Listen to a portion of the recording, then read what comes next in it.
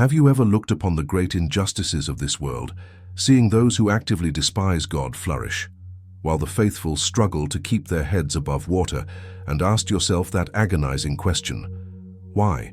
Why does the all-powerful and righteous God permit evil and selfishness to prosper, allowing the wicked to build earthly empires? It is one of the deepest spiritual dilemmas, a question that tests the limits of our trust in divine justice. Today, we are invited into a sacred confidence, a revelation whispered from the very heart of Jesus to his secretary, Saint Faustina Kowalska, concerning this profound mystery. The Lord did not leave his beloved souls in darkness concerning the prosperity of the unjust. He gave Saint Faustina the very blueprint of his boundless patience and the hidden mechanisms of his timing. These are the secrets of the divine diary, pages where Jesus lifts the veil, showing us that the apparent success of the unrighteous is, in fact, an integral part of his infinite strategy of mercy. A strategy focused not on instant judgment, but on the ultimate destination of the soul. His answer is not only comforting, it is an urgent call to see time itself as a precious commodity in the divine economy. If you're new here, subscribe to stay connected with these sacred revelations. Let us begin to understand the patience of the eternal judge and the specific moment when the scales must finally tip for every soul he has created. There is a profound mystery that few souls have contemplated, a truth hidden within the suffering of the righteous and the seeming triumph of those who reject God.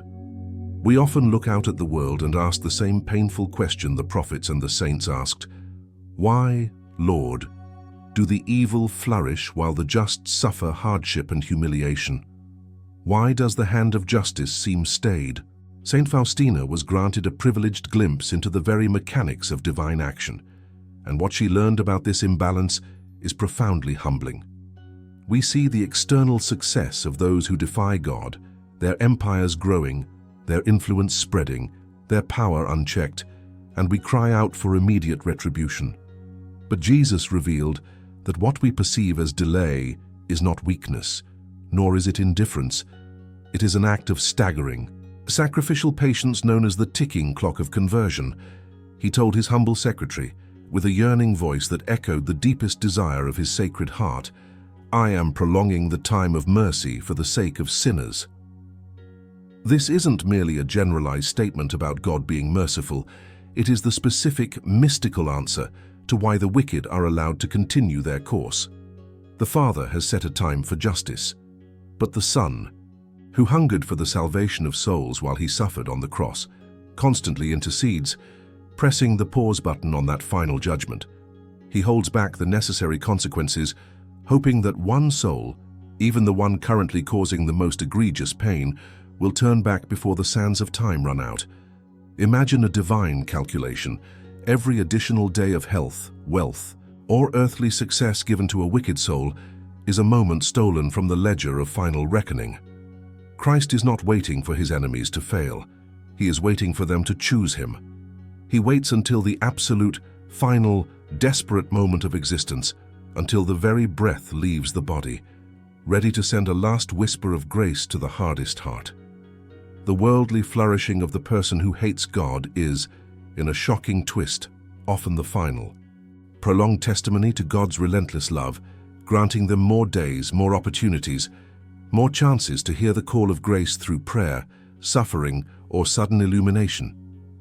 This revelation completely transforms our perspective on intercessory prayer.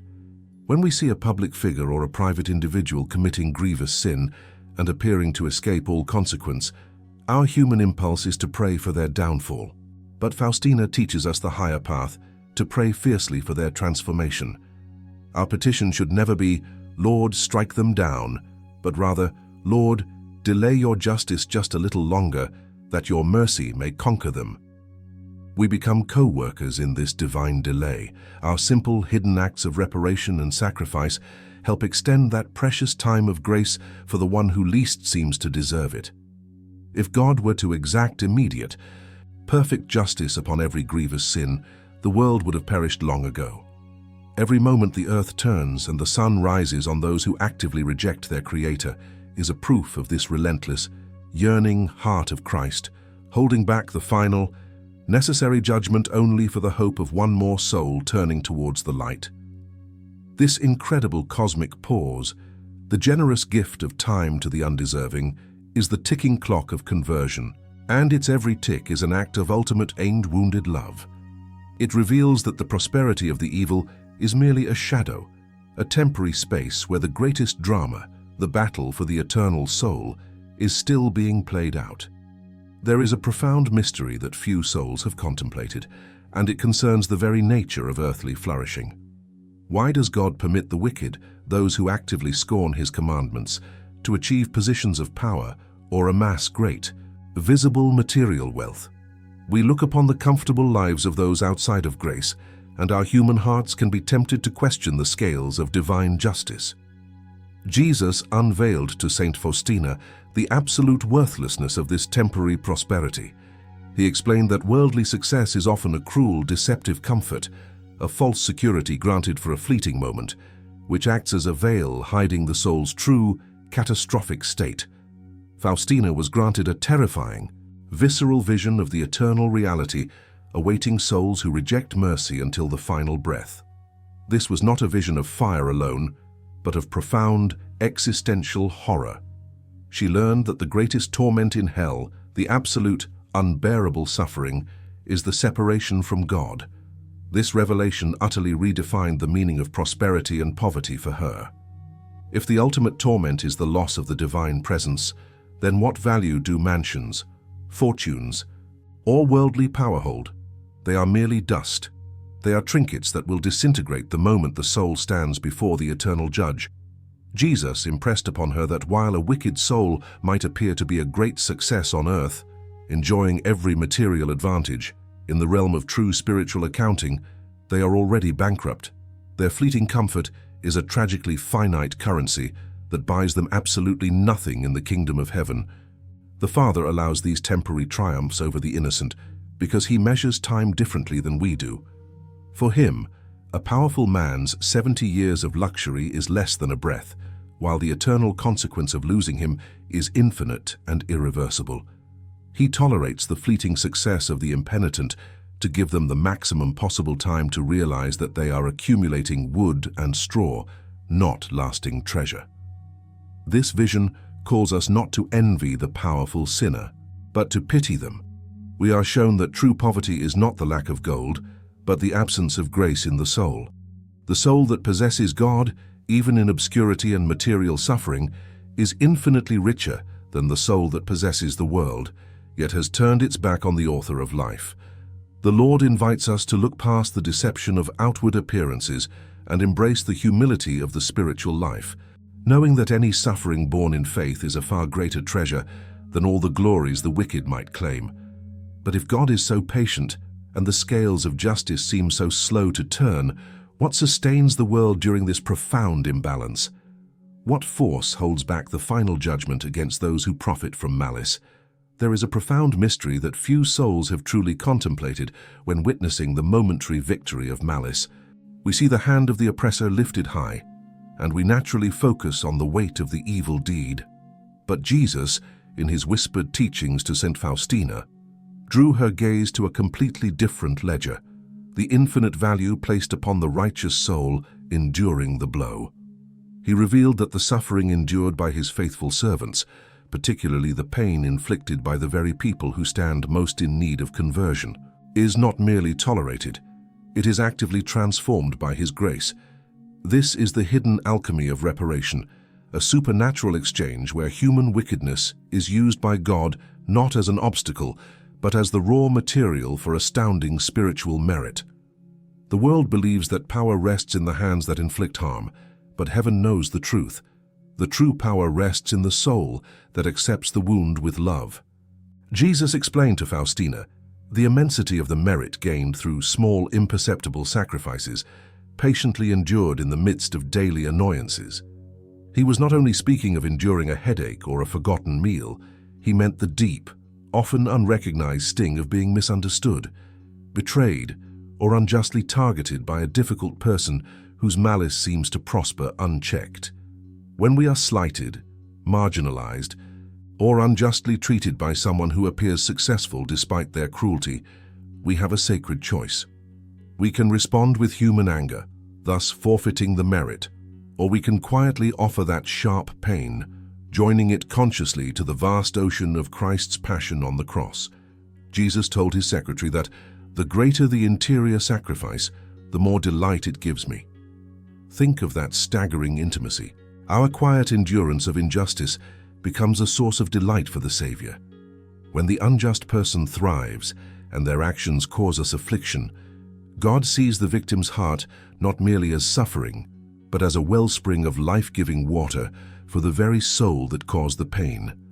The Lord often uses the suffering of the righteous as the hidden, powerful prayer that finally breaks the bonds of sin around the wicked. The reason God permits the temporary flourishing of the wicked is intrinsically linked to the salvific generosity of the good. The prosperity of the evil is temporal. The suffering of the righteous is eternal merit.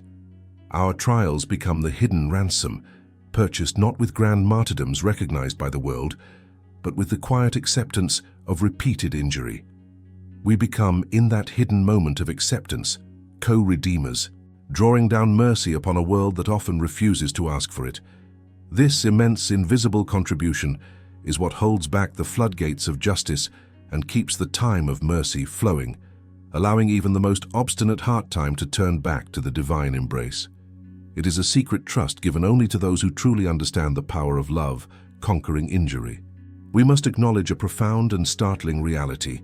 God often allows darkness to temporarily flourish, not only for the conversion of the sinner, but most mysteriously, out of deference to the faithful prayers of his just and consecrated souls. It is a celestial delay purchased by the love of those closest to him. There is an invisible architecture of grace holding this world together, and its pillars are the righteous who spend their lives pleading for mercy. Our Lord revealed to Saint Faustina that the wrath he sometimes intends to unleash upon the world is physically constrained by the intercession of his beloved. We see this clearly in the terrifying vision Faustina recounted, where she saw the angel of chastisement, terrible in form, poised to strike a city or perhaps the entire world. The instruments of divine justice were already raised.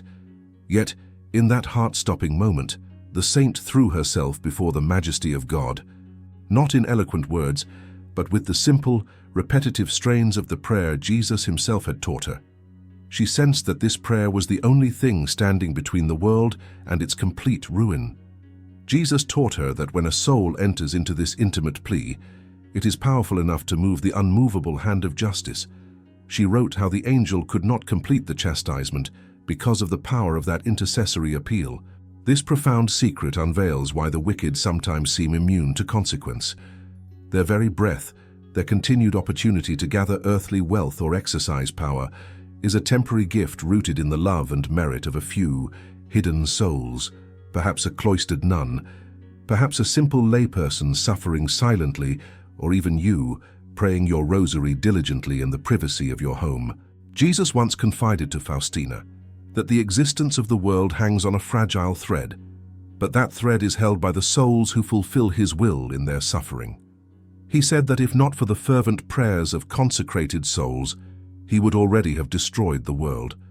This means that every day the sun rises, every harvest the wicked successfully gather, every plan of theirs that temporarily succeeds, is proof not of God's indifference, but of the strength of the spiritual veil woven by the righteous. The prosperity of the evil is merely a shadow passing over the earth, allowed only because the true light, the love and reparation of the saints, is currently blocking the full, inevitable force of God's necessary justice. This revelation transforms the way we look at our own struggles. When we are tempted to despair over the state of the world, we must remember that our hidden prayers are not just whispers in the wind. They are the very weight on the scales of justice, slowing the clock of wrath and securing precious, irreplaceable time for conversion. The souls who intercede become, mystically, the reason for the world's reprieve. They become the pleading veil, a protective barrier of grace that Jesus cannot ignore, because the mercy he shows the wicked is in direct response to the love he receives from his friends. If we look around the world, our human hearts often cry out at the blatant unfairness. We observe the wicked flourishing, their ill-gotten gains increasing, their power seeming only to grow stronger. Why does the Lord wait? Why does this present time of radical imbalance feel endless? The diary of Saint Faustina reveals a startling and necessary secret. This present era of unfathomable patience, this twilight of divine mercy, is not an eternal state. It is, in fact, strictly limited. Jesus made it absolutely clear to the humble nun that there are two inevitable doors set before humanity, and every single soul must pass through one or the other. He spoke these words with a solemnity that demands attention, defining the ultimate shape of time. Before I come as the just judge, I first open wide the door of my mercy. He who refuses to pass through the door of my mercy must pass through the door of my justice. The current moment we inhabit is the wide open door of mercy, a time of unmerited grace where the divine hand is held back by overwhelming love, waiting for the last second of a conversion. But we must never mistake this delay for weakness or this patience for indifference. The time of reckoning is absolute, and Jesus showed Faustina that his justice is not merely revenge, but the ultimate and necessary fulfillment of eternal divine order. This is the great, terrifying confidence that should reshape our faith. Every single account that seems suspended or forgotten in the eyes of the world is meticulously tallied in heaven. The Lord gave Faustina a deeper insight into the final judgment, describing how souls, in that terrifying immediate moment after death, meet his divine gaze. In that light, there is no hiding, no excuse, and no earthly power that can shield the soul from the truth of its choices. The wealth and prosperity that seemed so meaningful on earth suddenly become dust, revealing the infinite poverty of a soul that rejected the spiritual riches offered to it. The inevitable correction for the prosperous wicked is sure, not just because they lose their temporal gain, but because the blazing light of truth itself constitutes their judgment.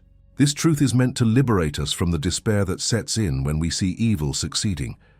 We need never worry that the balance of the universe will remain tipped toward injustice. The twilight of God's patience is setting, and the dawn will bring the definitive clarity of his eternal judgment. Our task now is not to fear that dawn, but to rush to pull as many souls as possible through that open door of mercy while there is still time, before that inevitable, unavoidable moment when the judge appears in his full majesty. We have journeyed together into the profound depths of divine patience, lifting the veil on this sacred mystery.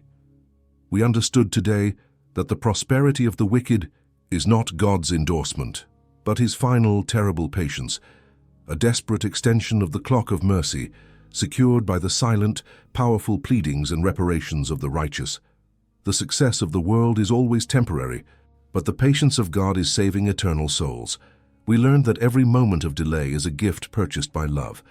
Remember this sacred whisper that Jesus shared with Saint Faustina, especially when our human understanding falters. The time granted to them is a time of mercy, but woe to them if they do not recognize this time of my visitation. Tell souls not to place their hopes in earthly things, but to lean upon my will. This revelation is not meant to fuel judgment. It is meant to change how we see the world entirely. When you witness worldly flourishing untethered to virtue, you are not seeing success. You are seeing a final, costly chance being spent.